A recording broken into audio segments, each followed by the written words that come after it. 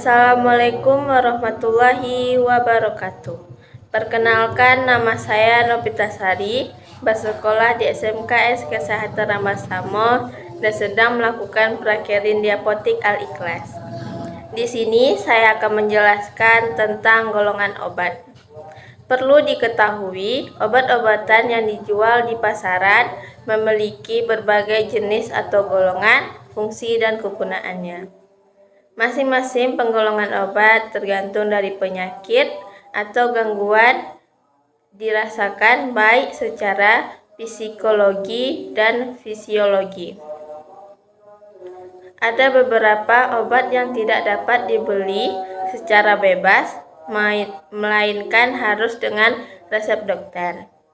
Pemilihan obat harus sesuai dengan anjuran dokter karena tanpa penggunaan yang benar, obat bisa membahayakan nyawa.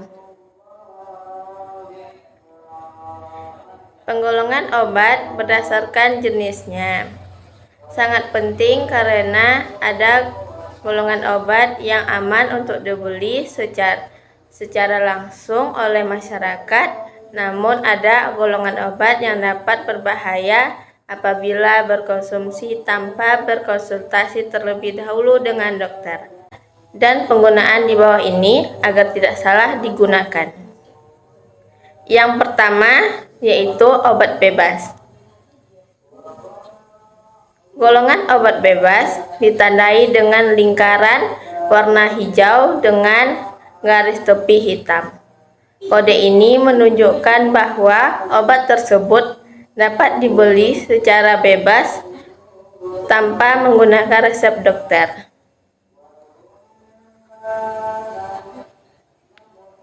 Meskipun disebut aman, obat bebas tetap tidak boleh digunakan sembarangan. Pasalnya, obat apapun memiliki kandungan kimia yang berdampak bagi kesehatan tubuh.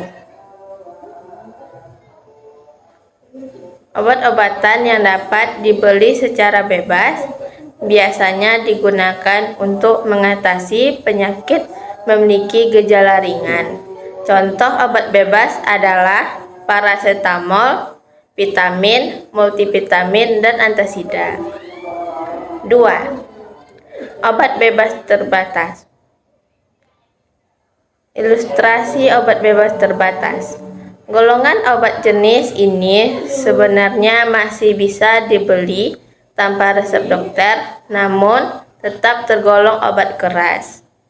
Jadi, bagi orang yang memiliki penyakit tertentu, penggunaan obat ini harus dilakukan dengan hati-hati dan sebaiknya menggunakan resep dokter. Meskipun gejala dan keluhan penyakit sama, obat yang digunakan belum tentu sama. Obat ini ditandai dengan lingkaran biru bergaris tepi hitam. Penggunaan obat ini harus mengikuti aturan pengobatan yang tertera pada kemasan. Jangan lupa perhatikan tanggal kadaluarsa obat, serta bacalah informasi kemasan tentang petunjuk penggunaan obat dan tidak diperbolehkan efek samping, dosis obat, dan penyimpanan, dan lain-lainnya. Selain itu, terdapat 5 jenis obat bebas terbatas, yaitu P nomor 1, awas obat keras, baca aturan pemakaiannya. P nomor 2, awas obat keras, hanya bagian luar dari badan. P nomor 3, awas obat keras tidak boleh ditelan. P nomor 4, awas obat keras hanya untuk dibakar. P nomor 5, awas obat keras, obat wasir jangan ditelan. Contoh obat bebas terbatas adalah CTM 3, obat keras.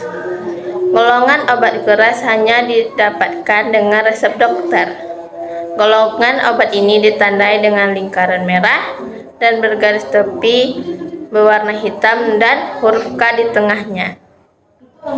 Obat termasuk dalam golongan ini, misalnya antibiotik, obat-obatan yang mengandung hormon, obat penenang, dan lain-lain. Contoh obat keras adalah asamfenamat, loratadin, alprazolam, pseudoephedrine, dan sebagainya. Diketahui contoh obat keras tersebut tidak bisa sembarangan dikonsumsi karena dapat berbahaya, meracuni tubuh, memperparah penyakit, atau menyebabkan kematian, sehingga harus digunakan sesuai aturan yang tepat. 4. Obat golongan narkotika. Ilustrasi obat golongan narkotika. Narkotika merupakan golongan obat yang paling berbahaya. Golongan obat narkotika mempunyai simbol seperti tanda plus dengan lingkaran berwarna merah. Obat ini hanya bisa didapatkan dengan resep dokter dan tanda tangan dokter disertai nomor izin praktik dokter pada resep tersebut, dan tidak dapat menggunakan salinan resep. Golongan obat narkotika berbahan dasar tanaman atau buatan berupa sintesis ataupun semi sintesis. Obat-obat narkotika atau psikotropika dapat menimbulkan ketergantungan pada penggunanya, sehingga pemakaiannya perlu diawasi dengan ketat sesuai anjuran dan kebutuhan. Selain itu, obat narkotika dapat memengaruhi susunan saraf pusat dan memengaruhi perilaku serta aktivitas di titik tertentu. Golongan obat jenis ini sering digunakan dokter sebagai obat bius, anti nyeri, atau analgetik potensi kuat. Oleh karena itu, penggunaan obat ini hanya boleh dilakukan oleh dokter atau dengan pengawasan dokter. Contoh obat-obatan golongan narkotika adalah obat batuk yang mengandung kodein. Jenis atau penggolongan obat dan contoh yang harus kamu ketahui sebelumnya. Penggunakannya, perhatikan cara pemakaian, tanggal kadaluarsa, dan jenis obat berdasarkan simbol di atas. Jangan sampai kamu salah menggunakan obat karena akan berdampak buruk untuk kesehatan kemudian hari.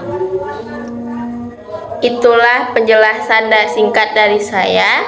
Jika salah, saya mohon maaf. Semoga bermanfaat bagi kita semua. Assalamualaikum warahmatullahi wabarakatuh.